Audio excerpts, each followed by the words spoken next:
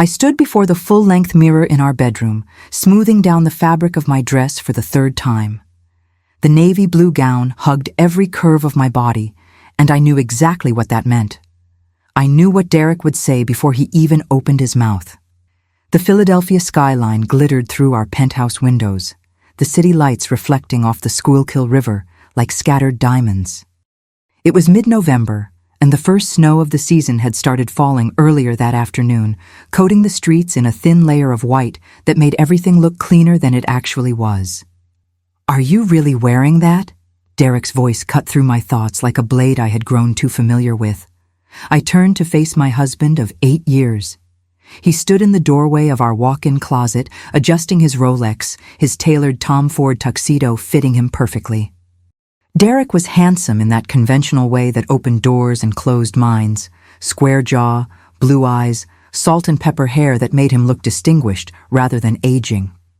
At 42, he was the VP of operations at Hartwell Industries, one of the largest tech manufacturing companies on the East Coast. "What's wrong with it?" I asked, though I already knew the answer. His eyes traveled down my body with that look. That mixture of disgust and embarrassment that had become so commonplace in our marriage that I barely flinched anymore. "Emma, we've talked about this. This is a corporate gala, not a nightclub. You know how these things look. My colleagues will be there, my boss will be there. Can't you wear something more appropriate? Something that doesn't draw so much attention to your—" He didn't finish the sentence. He never did. But the implication hung in the air like smoke. My body. That was always the problem. My body. I was a size 16. I had curves, hips, a full figure that no amount of dieting or gym sessions had ever changed, because this was simply who I was. And Derek had spent the better part of our marriage making sure I understood that this was something to be ashamed of. "I think I look nice," I said quietly, meeting his eyes in the mirror. He sighed, that long-suffering sigh that suggested I was being deliberately difficult. "You always think you look nice, Emma. That's part of the problem. You don't see what other people see." I turned away from the mirror, picking up my clutch from the dresser. Inside it was my phone, my lipstick, and a single piece of paper I had been carrying with me for 3 months, a reminder of something Derek knew nothing about. "We should go," I said. "You don't want to be late." The drive to the Bellevue Hotel in Center City was silent, except for the soft jazz playing on the radio. Derek drove his Tesla with one hand on the wheel, his jaw tight. I watched the city pass by through the window, the historic buildings of downtown Philadelphia, decorated with early Christmas lights, the sidewalks busy with couples heading to dinner, lives intertwining in ways that looked effortless from the outside. Our marriage hadn't always been like this. There was a time when Derek looked at me differently. When we first met at a mutual friend's barbecue in suburban Cherry Hill, he had called me beautiful. He had held my hand in public, introduced me to his friends with pride, made love to me like I was precious. But that changed slowly, almost imperceptibly, like a photograph left too long in the sun.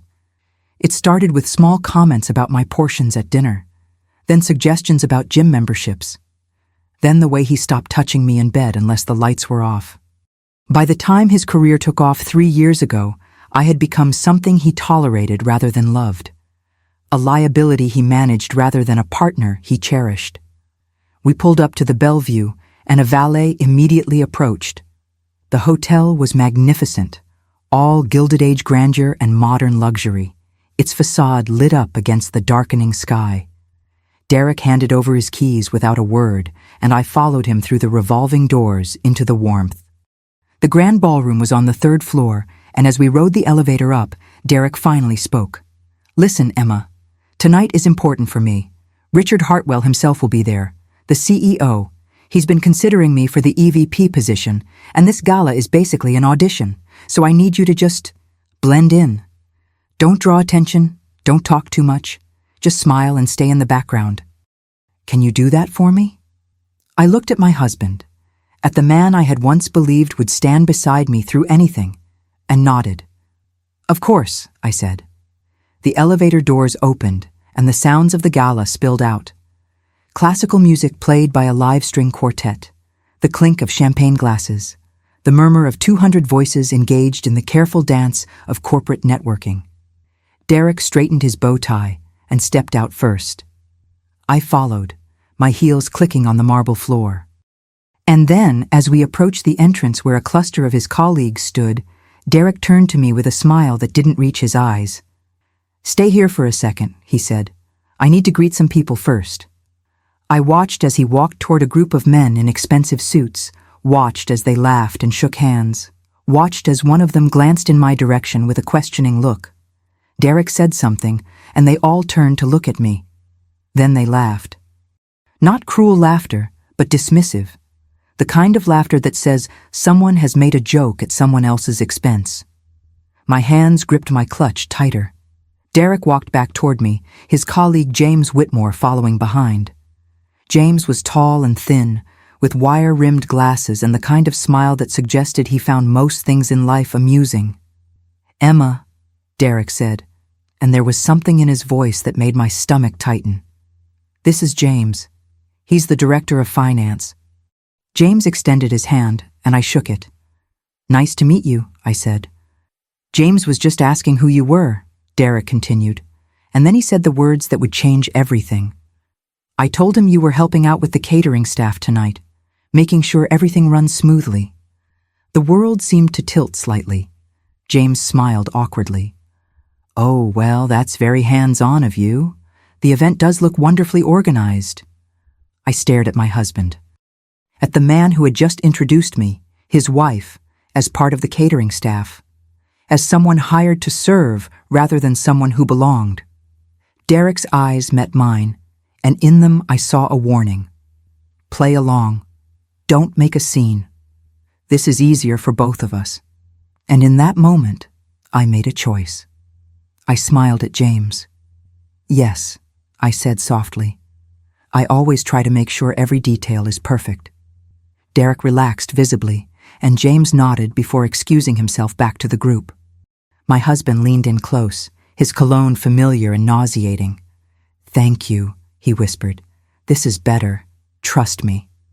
Then he walked away, disappearing into the crowd of executives and their wives, leaving me standing alone near the entrance like a ghost at my own husband's life. I took a breath, then another. The chandeliers above glittered with 1,000 points of light. The music swelled. And I walked into that ballroom with my head held high, carrying my secret like a crown no one could see. Because Derek didn't know. None of them knew. But they were about to find out. If you're watching this, I'd love to know where in the world you are right now. Drop your city or country in the comments and hit that subscribe button because this story is just getting started. I want to know how far Emma's truth reaches. The grand ballroom was a masterpiece of old-world elegance. Crystal chandeliers hung from coffered ceilings painted in cream and gold. Round tables draped in ivory linens circled a polished dance floor, each centerpiece a towering arrangement of white roses and winter greenery. Floor-to-ceiling windows overlooked Broad Street, where snow continued to fall in lazy spirals, coating the city in silence. I took a glass of champagne from a passing waiter and positioned myself near one of the windows, far enough from Derek's circle to avoid immediate humiliation, close enough to observe. The champagne was expensive, crisp and cold, but it did nothing to settle the trembling in my hands. Across the room, Derek was holding court with a group of senior executives. I recognized most of them from company photos and the few events I had attended before he started finding excuses to leave me at home. There was Margaret Chen, the chief technology officer, elegant in a red sheath dress. Robert Mancini, VP of sales, laughing too loudly at something someone said. And standing slightly apart from the group, observing everyone with sharp, intelligent eyes, was Richard Hartwell himself. The CEO of Hartwell Industries was 71 years old, but carried himself like a man 20 years younger. Silver-haired, impeccably dressed in a midnight blue tuxedo, he had built his company from a small manufacturing startup in a West Philadelphia garage into a billion-dollar enterprise. Forbes had profiled him twice. The Wall Street Journal called him a visionary, and Derek worshipped him with the kind of desperate ambition that made men do terrible things. I watched my husband gesture animatedly, clearly telling some story designed to impress. The men around him nodded, smiled, performed the choreography of corporate approval. Derek glanced in my direction once, his eyes sliding past me as if I were part of the furniture. "Champagne, not to your liking?" I turned to find a woman about my age standing beside me. She was shorter than me, with warm brown skin, natural curls pinned up in an elegant updo, and the kind of smile that reached her eyes. Her emerald green dress fit her like it had been made specifically for her body, which it probably had been. "It's fine," I said, "just observing." She laughed softly. "The best vantage point in any party. I'm Jasmine Crawford. I work in corporate development." "Emma," I said, deliberately not adding my last name. "Nice to meet you." Jasmine studied me for a moment with an expression I couldn't quite read. "You're Derek Morrison's wife." It wasn't a question. I felt my spine straighten. "I am." "I thought so. I've seen photos on his desk, though they must be old ones. You look different now. More—" She paused, choosing her word carefully. "Present." There was something in the way she said it that made me look at her more closely. This wasn't small talk. This was something else. "Do you know Derek well?" I asked. "Well enough," Jasmine said, taking a sip of her own champagne. "I've worked at Hartwell for 6 years, long enough to see how things work. Long enough to recognize certain patterns." Before I could respond, a commotion near the entrance drew our attention. A woman in her 50s had arrived, and the energy in the room shifted immediately. She was striking, tall and commanding in a black gown that was somehow both severe and stunning. Her silver hair was cut in a sharp bob, and she wore a diamond necklace that probably cost more than most people's houses. "Victoria Hartwell," Jasmine murmured. "Richard's wife. She doesn't come to many events anymore, so her presence tonight means something." I watched as Victoria swept through the room, people parting instinctively to let her pass. She moved with the confidence of someone who had never doubted her place in any space she occupied. When she reached Richard, she kissed his cheek, and he smiled at her with genuine warmth. "They've been married 47 years, Jasmine continued. "Met when she was a secretary at his first company. People underestimated her then, too." I looked at Jasmine sharply. "Too?" She met my eyes, and in that moment, I saw something that made my breath catch. She knew. Somehow, this woman I had just met knew. "Emma," she said quietly, "do you know what tonight actually is?" "A corporate gala, holiday celebration." "It's that," Jasmine agreed. "But it's also the night Richard Hartwell announces the new Executive Vice President of Operations. It's the position your husband wants more than anything. The position he's been angling for, politicking for, sacrificing for." My chest tightened. Derek had mentioned the promotion was coming, but he hadn't told me it would be announced tonight. "And?" I asked. Jasmine's smile was knowing. "And Richard Hartwell is a lot of things, but predictable isn't one of them. He doesn't care about ass-kissing or golf games or whoever tells the best stories at the Christmas party. He cares about results, about integrity, about people who understand that a company is only as strong as the values it stands on." "Why are you telling me this?" She looked at me for a long moment. "Because I think you deserve to know that what happens tonight was set in motion long before you walked into this ballroom, and because I think you're stronger than he's given you credit for." Before I could respond, the lights dimmed slightly, and a spotlight illuminated a small stage at the far end of the ballroom. The string quartet stopped playing, and conversations died down. Richard Hartwell was making his way to the stage, Victoria at his side. Derek materialized beside me so suddenly I nearly dropped my champagne. "There you are," he hissed. "I've been looking for you. Richard's about to speak. Stay here and keep quiet, and for God's sake, don't do anything to embarrass me." He walked away before I could respond, joining the cluster of executives near the front. I found myself standing alone again, Jasmine having melted back into the crowd.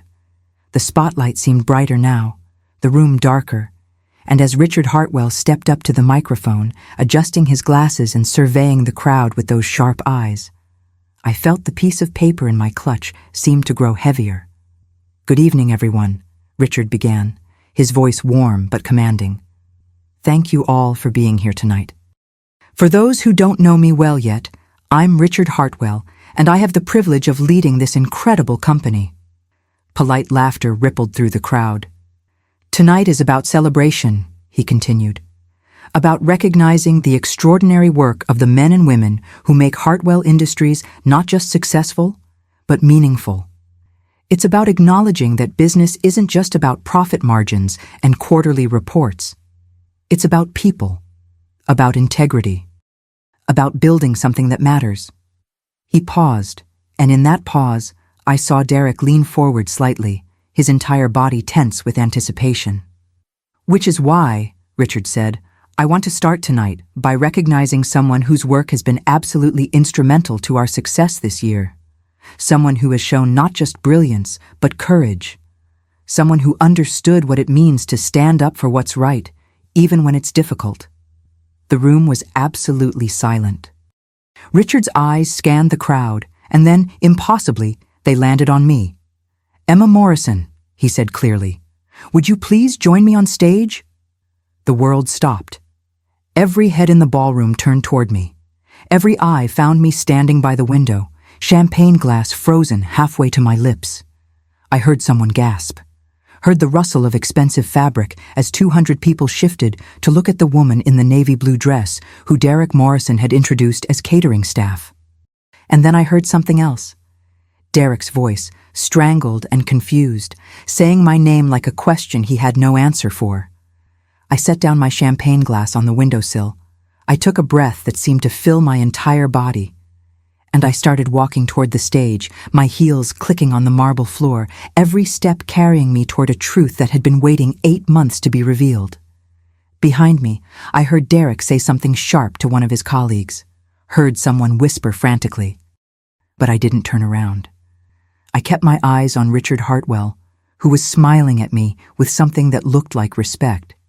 And when I climbed those 3 steps onto the stage and stood in that spotlight, I finally let myself feel what I had been holding in for so long.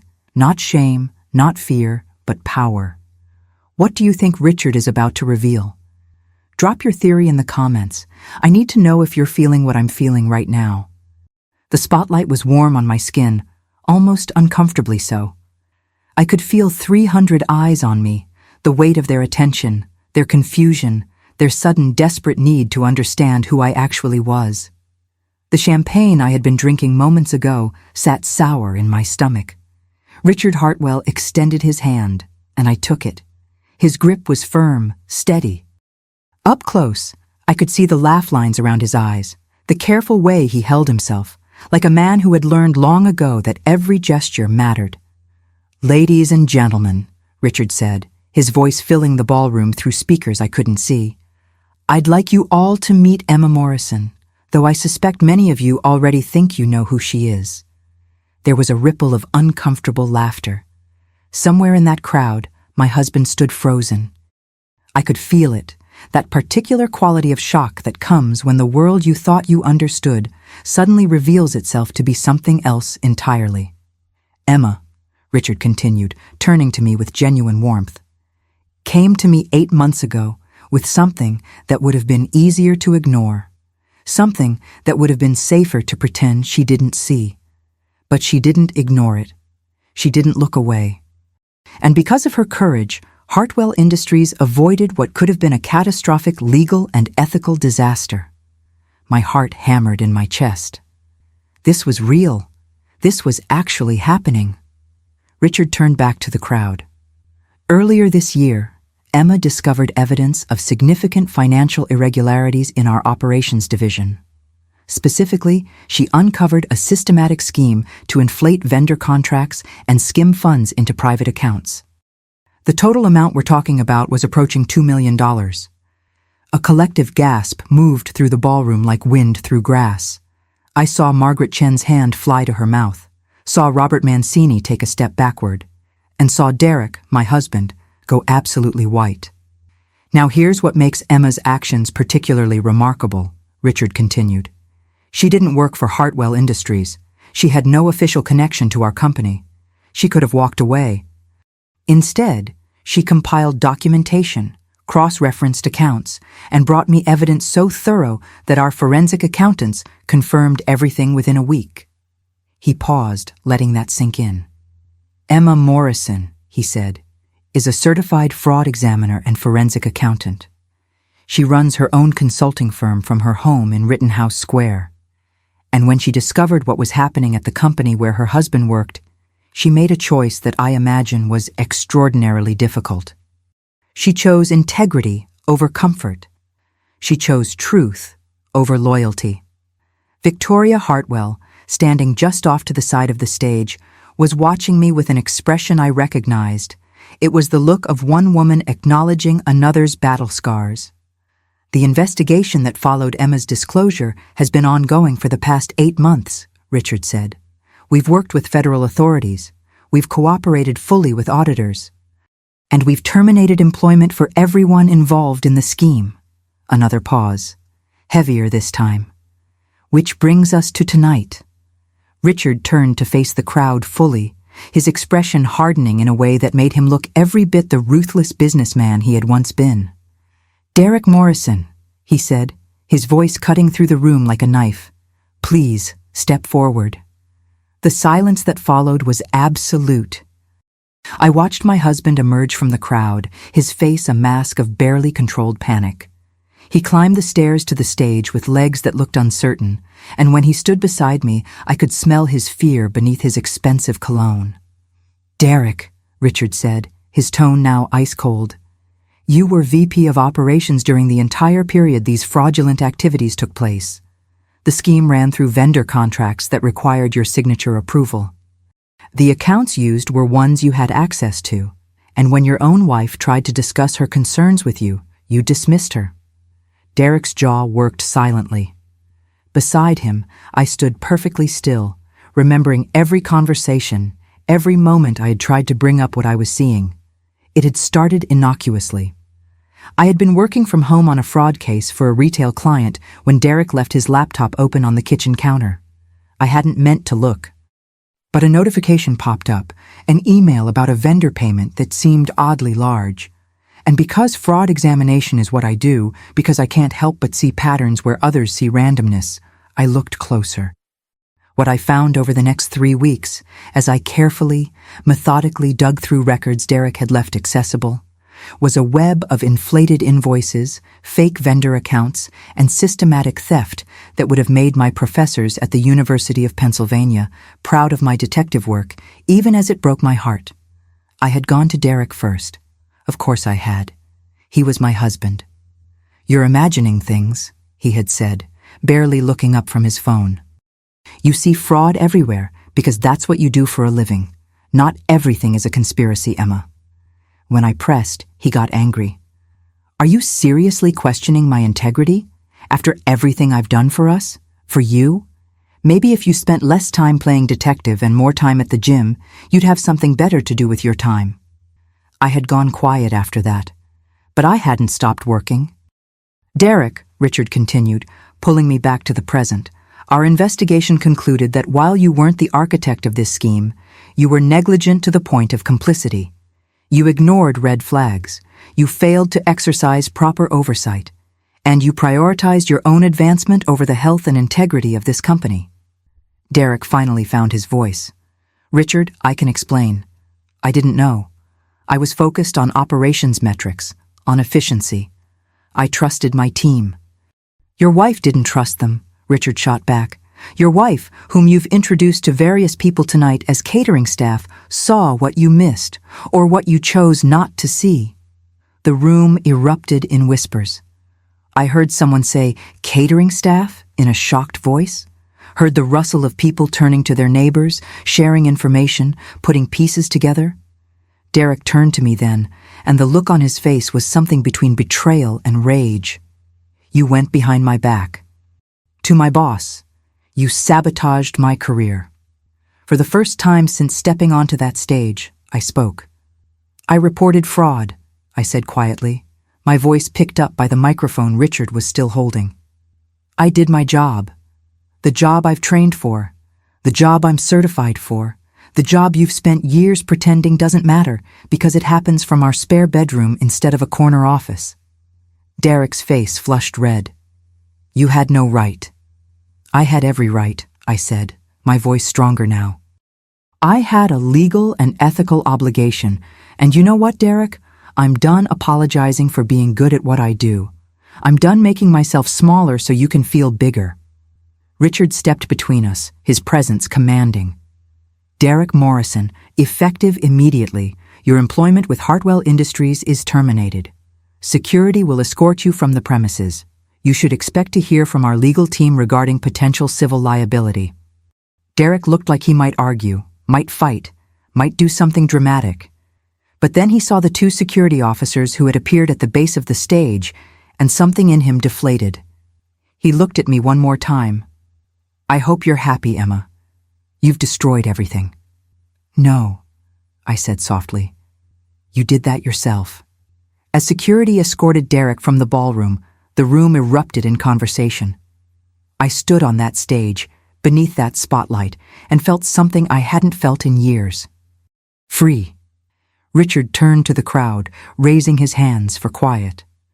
Ladies and gentlemen, I know this is a lot to process, but I want you to understand something important. Hartwell Industries was built on values that matter: integrity, accountability, truth.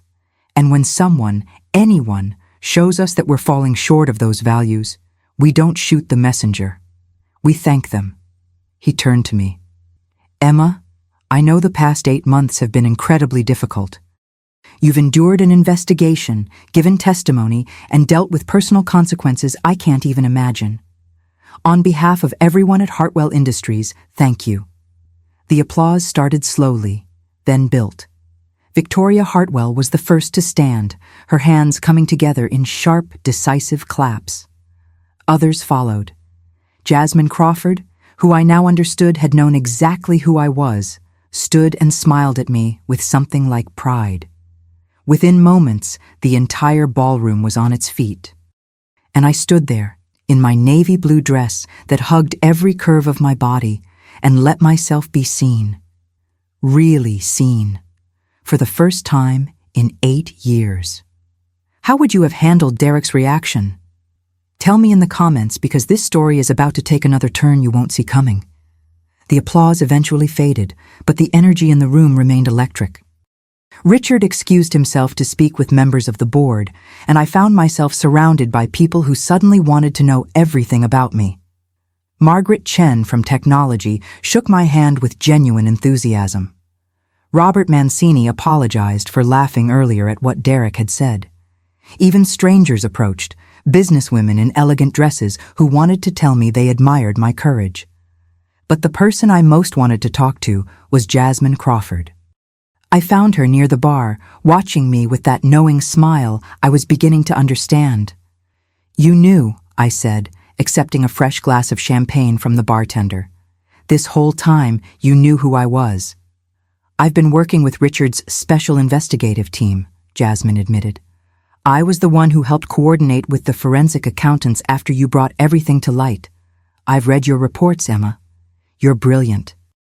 The level of detail, the way you traced those funds through 3 layers of shell companies, it was masterful work. I felt my cheeks warm. After years of Derek dismissing my career as that little hobby, hearing professional recognition felt like water after a drought. Why didn't you say something earlier? I asked. Because I wanted to see how you handled yourself. I needed to know if you were as strong in person as you were on paper. She leaned in slightly. You are. Stronger, actually. We moved to one of the emptier corners of the ballroom, away from the main crowd. Through the windows, Philadelphia was fully dark now, the snow accumulating on streets that would be treacherous by morning. December in the city always had this quality, beautiful and harsh in equal measure. Can I ask you something? Jasmine said. When did you know your marriage was over? I took a long sip of champagne, considering. I don't think there was one moment. It was more like watching something die slowly, The small cuts, the constant criticism, the way he looked at me like I was something he tolerated rather than chose. But you stayed. I did, I admitted. For too long. I kept thinking if I just lost weight, if I just supported his career enough, if I just made myself easier to love, things would go back to how they were. But they never did, because the problem was never me. Jasmine nodded. My mother used to say that some men need to feel superior more than they need to be happy. Derek is that kind of man. When did you figure that out? I asked. About 3 years ago. I watched him take credit for work that wasn't his. Watched him throw junior employees under the bus when projects went wrong. Watched him flirt with assistants while wearing his wedding ring. She paused. I'm sorry. I know that's hard to hear. It should have hurt more than it did. But after everything, after the years of gaslighting and the months of investigation, I felt almost numb to revelations about Derek's character. The thing is, I said quietly, I think part of me already knew. But knowing and accepting are different things. It took finding that fraud to make me realize I had to choose myself, even if it meant blowing up my entire life. And now? Jasmine asked. What happens now? I looked around the ballroom at all these people who had seen me dismissed, then vindicated. People who now knew my name, knew my worth. Now I figure out what comes next. I file for divorce. I build my consulting firm into something bigger. I stop apologizing for taking up space. Good, Jasmine said firmly, because I have something to tell you. Richard wants to offer you a contract. Hartwell Industries needs a full-time fraud examiner, someone to audit all our divisions, make sure nothing like this happens again. He's prepared to offer you a very competitive rate. And Emma, she smiled, he wants to announce it. Tonight. My heart skipped. Tonight? He's going to call you back up in about 10 minutes. Consider this a heads up so you don't pass out from shock. I laughed, a genuine laugh that surprised me with its lightness. I don't pass out. I'm Nigerian and Irish. We're made of tougher stuff. I can see that. A waiter passed with a tray of hors d'oeuvres, delicate pastries I couldn't name, but that smelled incredible. I took one, eating it slowly, savoring the butter and herbs. Derek had always made comments when I ate at events. Do you really need that? Maybe just one. I took another pastry just because I could. Across the room, I saw Victoria Hartwell watching me. When our eyes met, she raised her champagne glass in a small salute. I raised mine back. She likes you, Jasmine observed. How can you tell? Because Victoria Hartwell doesn't acknowledge people she doesn't respect. Trust me, I've worked here long enough to know. She's the real power behind Richard's success. He listens to her above everyone else. How long have you been at Hartwell? I asked. 6 years. Started as a junior analyst, worked my way up to director of corporate development. I'm one of 3 black women in senior leadership and the only one under 40. She said it matter-of-factly, without bitterness, but I heard the unspoken challenges in those words. Derek never mentioned you, I said. I'm not surprised. Derek only saw people who could help him climb. I couldn't. I didn't have the right connections, didn't play golf, didn't laugh at the right jokes. So to him, I was invisible. I know that feeling, I said softly. Jasmine looked at me with understanding. We should get coffee sometime, somewhere not fancy, somewhere we can actually talk. I'd like that. The lights dimmed again, and I felt my pulse quicken. Richard was making his way back to the stage, Victoria beside him. This was it, the second announcement. Breathe, Jasmine whispered. You've got this. Richard's voice came through the speakers again. If I could have your attention once more. I know it's been an eventful evening, but I have one more announcement to make. The crowd quieted, though I could feel the buzz of energy, the gossip that was already spreading about what had happened with Derek. As many of you now know, Richard continued, Emma Morrison's work helped us identify and address a serious breach of ethical conduct within our company.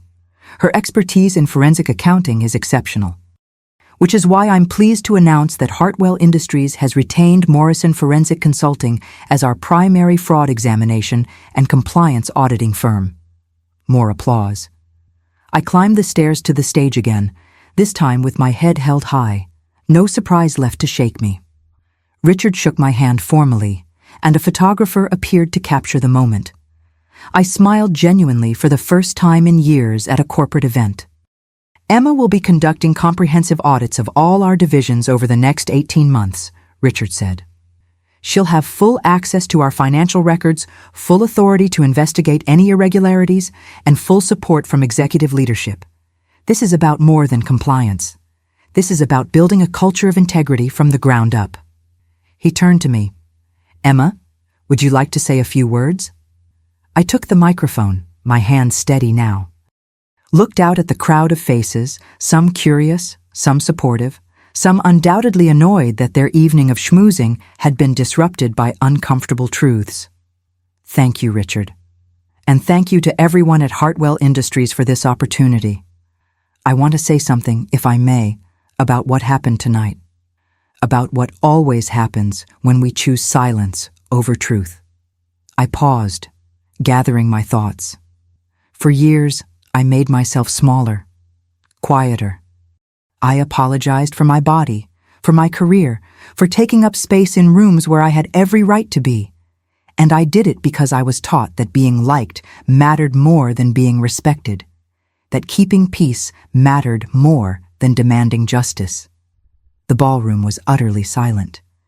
But the truth is, when we make ourselves small to make others comfortable, we don't just hurt ourselves. We hurt everyone who needs us to be brave. Every woman who's been called too much or not enough. Every person who's been told their value is tied to how they look rather than what they know. I saw several women in the crowd nodding, their faces reflecting recognition. So, I'm done apologizing. I'm done shrinking. And I hope that everyone watching tonight will consider what they might be able to do if they stopped making themselves smaller for people who will never appreciate them anyway. The applause this time was different, louder, more personal. I saw Jasmine standing in the front row, her eyes bright. Saw Victoria Hartwell clapping with the kind of precise, powerful rhythm that said, "I see you." And I saw something else too. Near the exit, half hidden in shadow, Derek stood watching. Security had clearly let him come back for something, probably his coat or car keys. Our eyes met across the ballroom, and in his face I saw everything: rage, humiliation, the sudden terrifying realization that he had thrown away something valuable while believing it was worthless. I held his gaze for a long moment. Then I turned away. What would you have said to Derek if you had one last chance? Drop it in the comments because Emma's story is about to reach its final chapter, and you won't believe where she ends up. 3 months later, I sat in my new office on the 15th floor of the Hartwell Industries building in Center City, looking out at a Philadelphia transformed by early March. The snow had finally melted, leaving the city gray and wet, waiting for spring. The Schuylkill River ran high and dark below, and in the distance I could see Temple University's campus, where I had once been a graduate student, working 2 jobs to pay for my forensic accounting certification, while Derek told me I was wasting my time. My office was modest but mine, floor-to-ceiling windows, a desk made of reclaimed wood. A bookshelf already filling with forensic accounting texts, case studies, and 3 framed certifications that meant more to me than any wedding photo ever had. There was a knock on my door, and Jasmine poked her head in. "Ready for lunch?" she asked. "Always," I said, saving the audit report I had been reviewing and grabbing my coat. We took the elevator down to street level and walked 3 blocks to a Vietnamese restaurant on Washington Avenue that Jasmine had introduced me to. It was the kind of place Derek would have hated. Too casual, too authentic, too unlike the expensive steakhouses where he had always wanted to be seen. Over faux and spring rolls, Jasmine filled me in on the latest office gossip. A new VP of operations had been hired, a woman named Sarah Chen, who had 20 years of experience and a reputation for running a tight, ethical ship. 2 more people from the old operations team had quietly resigned after preliminary audits raised questions. And perhaps most satisfyingly, Derek's replacement had already increased divisional efficiency by 18%. Turns out, Jasmine said with a wry smile, competence matters more than schmoozing. Revolutionary concept, I replied. My phone buzzed, a text from my lawyer. Divorce papers signed, it's official. Congratulations on your freedom. I showed Jasmine the message, and she raised her water glass. To new beginnings. We clinked glasses, and I felt something settle in my chest. The divorce had been easier than expected. Derek had been too humiliated to fight, too worried about his reputation to drag things out. I got to keep our condo, which I immediately put on the market. I didn't want to live in a space filled with memories of making myself small. Have you found a new place yet? Jasmine asked. I'm looking at a loft in Old City tomorrow. Exposed brick, huge windows, space for a real home office. It's perfect for me. For you, Jasmine emphasized, smiling. Not for anyone else. Just you. Just me, I agreed, and the phrase felt like a prayer. We finished lunch and walked back slowly, enjoying the weak sunshine that promised warmer days ahead. As we crossed Market Street, Jasmine said casually, So, Victoria Hartwell wants to have coffee with you. I stopped walking. What? She asked me to see if you were available next week, said she has something she wants to discuss. Off the record. Do you know what it's about? Jasmine shook her head.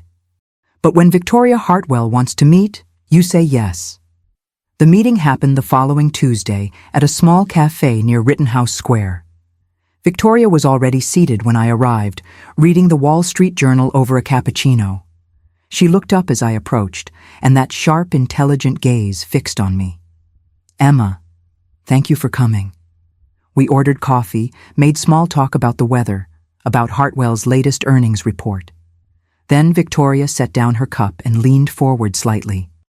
I want to tell you something, she said, about Richard and me, about how we built what we built. I listened. When Richard and I met, I was 22 years old, working as a secretary at his first manufacturing plant. I had barely graduated high school, came from a family that didn't have 2 pennies to rub together. He was this ambitious young man with big dreams and no capital. People looked at me and saw a girl who typed letters. They looked at him and saw potential. She paused, sipping her coffee. But Richard saw me differently. He asked my opinion on things. He noticed when I caught mistakes in contracts that lawyers had missed. He valued my mind more than my looks. And over the years, as we built that company together, I became indispensable, not because I was his wife, but because I was good at what I did. You run the company, I said quietly. Everyone knows that. Victoria smiled. Not everyone, but the people who matter do. Richard handles vision and strategy. I handle execution and operations. We're partners in the truest sense. But Emma, it took me years to believe I deserved that partnership. Years of fighting to be taken seriously, years of being underestimated. Why are you telling me this? I asked. Because I see myself in you. The woman who was taught she wasn't enough. The woman who had to fight for every ounce of respect. And I want you to know something that took me too long to learn. She leaned forward, her eyes intense. Your worth is not negotiable. It's not up for debate. It's not determined by what some man thinks of your body or your career or your voice. You set your price, and you don't accept less. Ever. The words hit me with unexpected force. I felt tears prick my eyes and blinked them back. I'm trying, I said. But after so many years of being told I was too much and not enough, it's hard to believe anything different. I know, Victoria said softly. But belief comes with practice.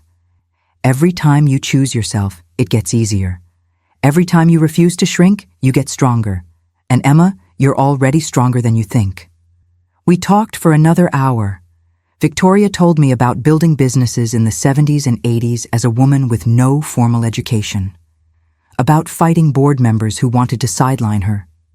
About the satisfaction of outlasting every man who had underestimated her.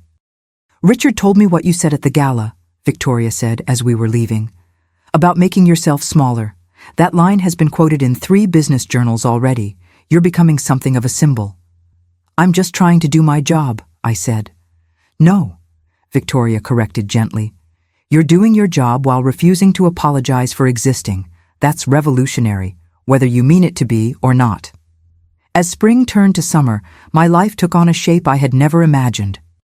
My consulting firm grew beyond Hartwell, taking on clients from New York to Washington, D.C. I hired 2 junior analysts, both women, both brilliant. I bought the loft in Old City and decorated it exactly how I wanted. Bright colors, comfortable furniture, art that spoke to me rather than matched some aesthetic Derek preferred. I started running along the Schuylkill River Trail every morning, not to lose weight, but because I liked the way it made me feel strong. I joined a book club in my neighborhood.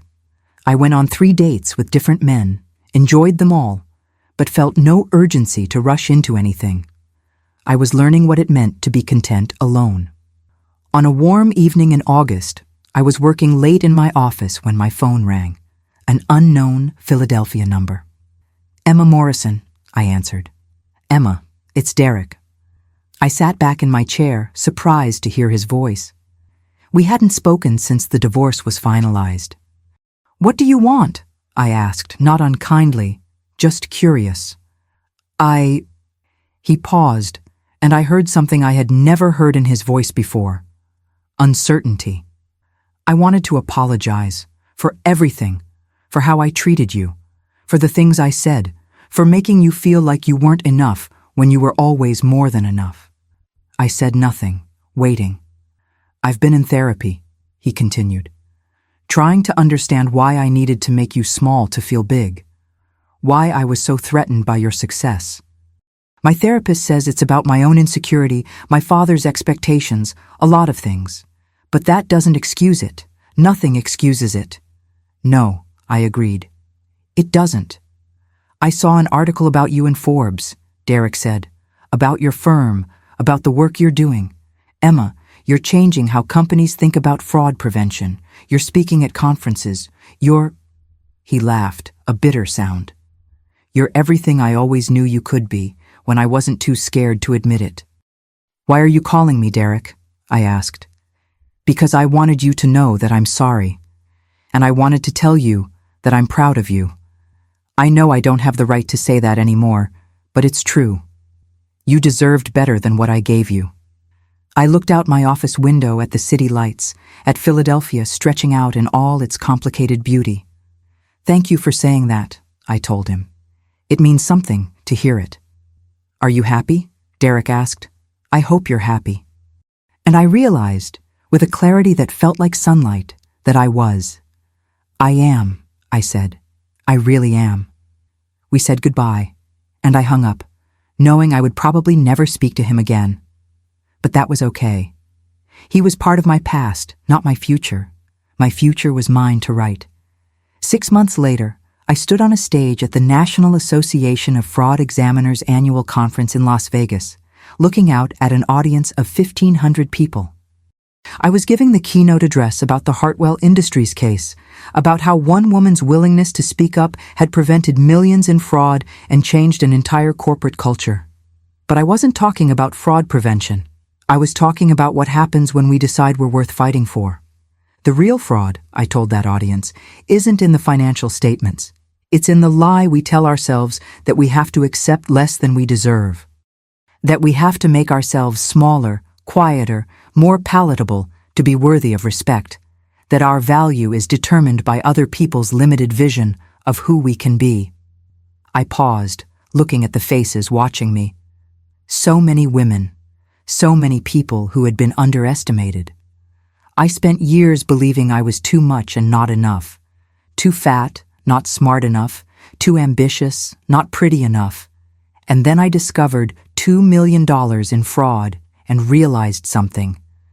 If I was smart enough to uncover complex financial crimes, I was smart enough to know I deserved better than a man who introduced me as catering staff at his company Gala. Laughter rippled through the audience, but it was warm laughter, understanding laughter. So here's what I want you to take away today. Your worth is not up for negotiation. Not with your partner, not with your employer, not with anyone. You decide what you're worth, and then you refuse to accept anything less. Because the moment you stop apologizing for being exactly who you are, that's the moment you become unstoppable. The applause was thunderous. After the speech, dozens of people approached me. Women who had their own stories of being underestimated. Young professionals who wanted advice. Journalists who wanted interviews. But the person who meant the most was a woman about my age who simply shook my hand and said, "Thank you for saying it was okay to choose myself." I needed to hear that. "It's more than okay," I told her. "It's essential." That night, alone in my hotel room, I opened my laptop and looked at my calendar for the next 3 months. Speaking engagements, client meetings, audit deadlines. A life so full of purpose and meaning that sometimes I had to stop and catch my breath. I thought about the woman I had been, standing in that ballroom in a navy blue dress, waiting for her husband to humiliate her one more time. I thought about how far I had come, how much I had reclaimed, and I thought about the truth that had set me free. Derek hadn't introduced me as catering staff to diminish me. He had done it to convince himself I was small enough to control. But I had never been small. I had just been waiting for permission to take up space. And when I realized I didn't need anyone's permission, that's when everything changed. I closed my laptop, walked to the window, and looked out at Las Vegas glittering in the desert night. Somewhere out there, women were making themselves small for men who would never appreciate them. Somewhere out there, people were accepting less than they deserved because they didn't believe they could have more. But not me. Not anymore. I was Emma Morrison, forensic accountant, fraud examiner, woman who refused to apologize for being exactly who she was. And I was finally, completely, undeniably free. Thank you for following Emma's journey. If her story moved you, if it made you think about your own worth, drop a comment and let me know. And if you know someone who needs to hear this story, share it with them. Because we all deserve to stop making ourselves small for people who will never appreciate how much space we actually need to shine.